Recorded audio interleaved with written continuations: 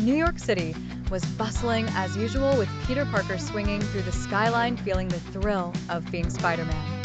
However, a strange sensation gnawed at him.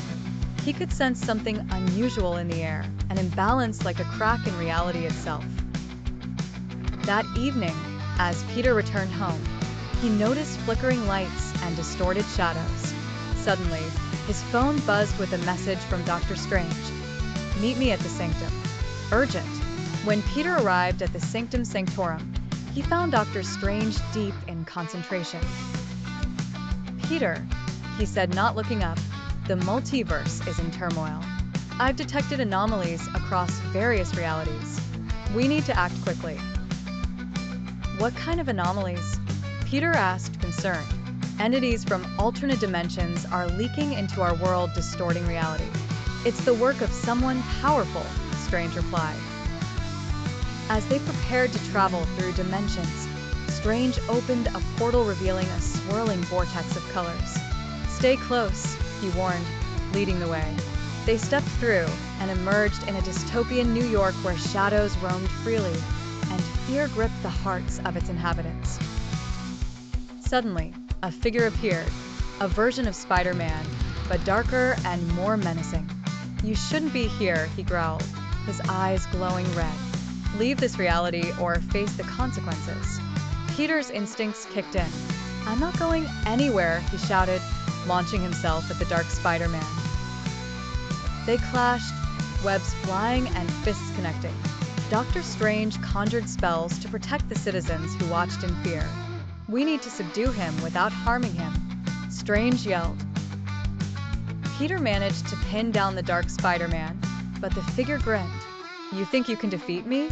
I am the embodiment of your fears." As the fight escalated, Strange noticed something. "Wait, he's not just a villain. He's a reflection of you, Peter, a manifestation of your doubts." Realizing the truth, Peter stopped fighting. "I don't have to be afraid of my fears," he declared, focusing on understanding rather than defeating. The dark Spider-Man hesitated, then faded into shadows, leaving behind a single shard of glass that shimmered with dark energy. After the battle, Peter and Strange examined the shard. "This is a fragment of a larger force," Strange explained. "We need to gather more to understand what we're dealing with." They traveled through various realities, each presenting its own challenges and alternate versions of familiar heroes.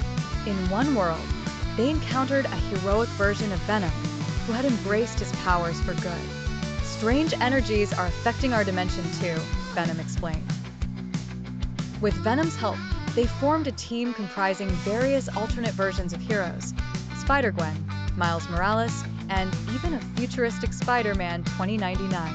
Each brought unique skills and perspectives.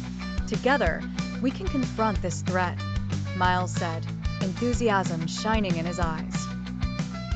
The team discovered that the rifts were connected to a powerful entity known as the Weaver, a being who sought to manipulate the threads of reality for his own gain. "He's trying to weave a new multiverse, one where he reigns supreme," Doctor Strange explained. Following clues from each dimension, the heroes tracked the Weaver to a hidden realm known as the Loom of Worlds, a place where the fabric of reality was spun. As they entered the realm, they were met by swirling threads of light and darkness. The Weaver appeared, a figure draped in robes. The heroes sprang into action, launching a coordinated attack. Spider-Man swung in from above, while Miles and Gwen provided cover. Venom unleashed powerful blasts of energy, and Doctor Strange cast protective spells. But the Weaver was powerful, manipulating the threads around him.